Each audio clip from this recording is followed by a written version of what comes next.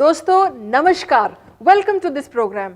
आज का प्रोग्राम बहुत डिफरेंट है क्योंकि इसमें कोई कंफ्यूजन नहीं, कोई गलती का चांस नहीं। अगर कोई गलती हुई तो मुझे डांट पड़ेगी। भला आप पूछेंगे कि मुझे डांटने वाला कौन है? डांटने वाले हमारे आज के गेस्ट, एक टीचर मिस्टर विद्या सिंह जी। सब वेलकम। सर, एक टीचर जो होती है उसकी इतनी बड़ी शख्सियत होती है कि लोग आमतौर पर उसे राष्ट्र निर्माता कहते हैं, नेशन बिल्डर्स। वैसे आप मुझे स्टूडेंट कॉन्ट्रैक्टर भी कह लेंगे तो मुझे कोई ऑब्जेक्शन नहीं है। स्टूडेंट कॉन्ट्रैक्टर मतलब ठेकेदार? बिल्कुल जी, आजकल पेरेंट्स हमें ठेका ही देते हैं। आप हमारे बच्चे को 10th पास करवा दो, बीए पास करवा दो या नर्सरी में एडमिशन दिलवा दो। तो ठेकेदार साहब, आप टीचर कैसे बन गए? मैं कुछ और नहीं बन सका तो टीचर बन गया जी। विद्या सिंह जी, आप पर ये इल्जाम है कि आप क्लास में बच्चों को पढ़ाते ही नहीं। लो, ये तो बिल्कुल गलत इल्जाम हुआ ना। अगर 40 मिनट की क्लास होती है, 20 मिनट हम इतना बढ़िया पढ़ाते हैं कि बच्चा सोचता है कि ऐसा टीचर ही कोई नहीं है, और 20 मिनट हम इतना घटिया पढ़ाते हैं कि स्टूडेंट सोचते हैं कि हमारे जैसा नालायक स्टूडेंट ही कोई नहीं। सर, पर ये करने का क्या फायदा? बच्चों को एहसास होता है कि हमें ट्यूशन पढ़नी चाहिए ताकि बाकी के 20 मिनट भी हम समझ सकें। अच्छा, अब मुझे समझ आया आपके घर शाम को इतना रश क्यों होता है। साइकिल और स्कूटरों की लाइन लगी होती है।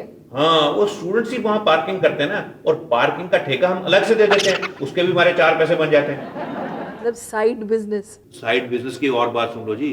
वहां जो साइकिल स्कूटर खड़े होते हैं ना, हम उनकी हवा निकाल देते हैं और हवा भरने के अलग से पैसे ले लेते हैं। सर, आप एजुकेशन की बात करिए सिर्फ। आप भी सिर्फ एजुकेशन के बारे में पूछिए ना, इधर उधर ना पूछिए। अच्छा, आप ये बताइए कि आप टीचिंग प्रोफेशन में इतने साल रहे हैं, आपके हिसाब से टीचर स्टूडेंट का क्या रिलेशनशिप होना चाहिए? मेरे ख्याल से ज्यादा इंटीमेट रिलेशनशिप नहीं होना चाहिए। इससे कई बार कोई स्कैंडल उभर के आ जाते हैं, जैसे इंटीमेसी की वजह से कई टीचर अभी पीछे फंस गए। मैं उस रिलेशनशिप की बात नहीं कर रही, मैं उस गुरु शिष्य परंपरा की बात कर रही हूँ जिसमें आमतौर पर स्टूडेंट्स टीचर की रिस्पेक्ट करते हैं।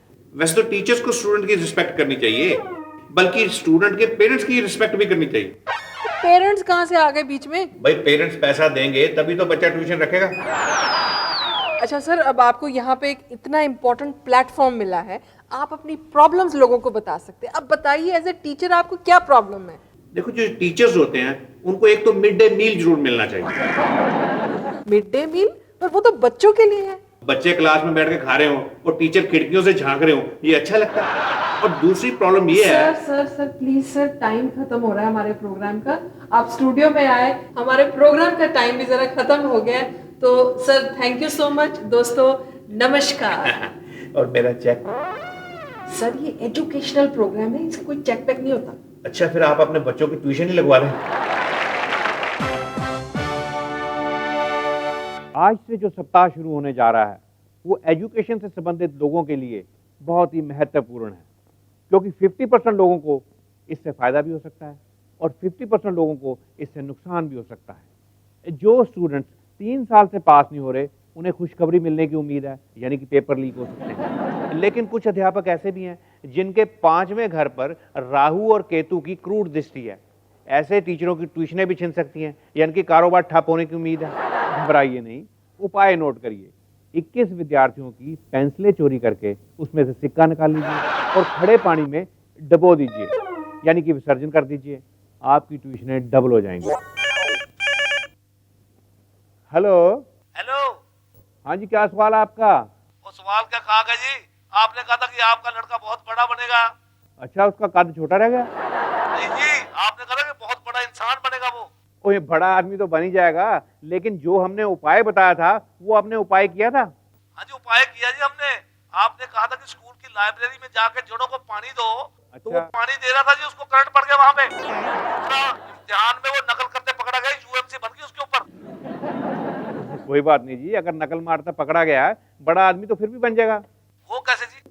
वो एक दिन पॉलिटिक्स में जाएगा और बहुत बड़ा नेता बनेगा, हो सकता है एजुकेशन मिनिस्टर बन जाए। बहुत बहुत शुक्रिया, बड़ी बड़ी मेहरबानी। Okay, thank you. दोस्तों, इसी के साथ हमारी इस हफ्ते की भविष्यवाणी खत्म हुई। अगले हफ्ते फिर मिलेंगे नई भविष्यवाणी के साथ। ये जो आप घड़ी देख रहे हैं, ये देखने में बड़ी साधारण घड़ी लगती है, लेकिन ये बड़ी खास किस्म की घड़ी है। म्यूनिसिपैलिटी के हजारों इंजीनियर्स ने हजारों घंटे काम करके इसे इन्वेंट किया है, इसे डिजाइन किया है, इसे बनाया है। अब आप पूछेंगे कि इसकी खासियत क्या है। ये दोपहर से पहले 1 घंटा स्लो चलती है और दोपहर के बाद 1 घंटा फास्ट चलती है। मतलब कि लोगों की घड़ियों में जब 10 बजते हैं तो इसमें 9 बजते हैं।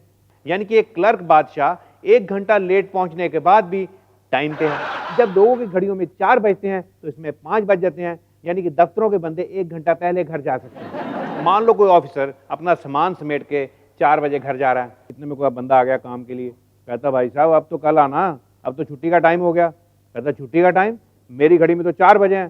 भाई हमने आपकी घड़ी के हिसाब से काम थोड़ा करना है, इस घड़ी के हिसाब से काम करना है। Nonsense private limited standard.